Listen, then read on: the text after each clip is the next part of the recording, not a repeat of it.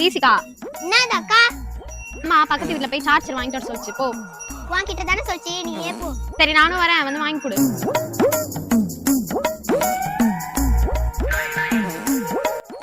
வாழைப்பூ வடை, வாழைப்பூ கூட்டு இதெல்லாம் தான் உடம்புக்கு நல்லது. வாழைத்தண்டு சூப்பு சாப்பிட்டா ரொம்ப நல்லதுமா. கோச்சிக்கா, அங்க பாரு மாமியாரும் மருமகளையும். கோச்சிக்கா, நம்ம சாப்பிடாம 10 நாள் கூட இருக்கலாம்.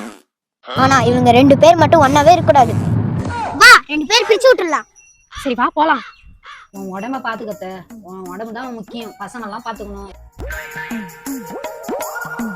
என்ன தீசிகா அந்த பக்கம் காத்தடிக்குது? ஆண்டி அம்மா சாச்சு வாங்க சொன்னாங்க. என்ன ஆண்டி ஆயாவை ரொம்ப கவனிக்கிறீங்க போல. உங்களை கவனிச்சிக்க உங்க அம்மா இருக்கிறாங்க, ஆயாவை கவனிச்சிக்க நானா இருக்கிறேன். நான் போய் எடுத்துன்னு வந்து கொடுத்துட்டு வரேன். ஆயா உனக்கு ஒரு விஷயம் தெரியுமா? ஆயா ஆண்டி உன்னை பத்தி எங்க அம்மாட்ட இல்லாத பழத்தெல்லாம் சொல்லுது. என்னம்மா சொல்லிச்சே?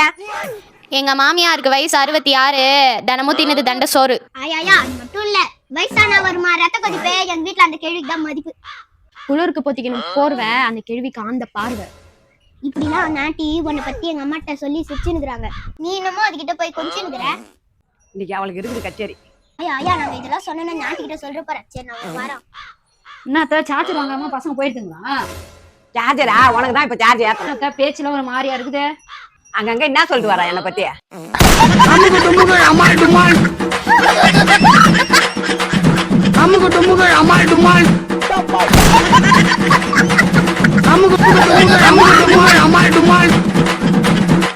நம்ம வந்த வேலை முடிஞ்சது, ஒரு குடும்பம் பிரிஞ்சுது.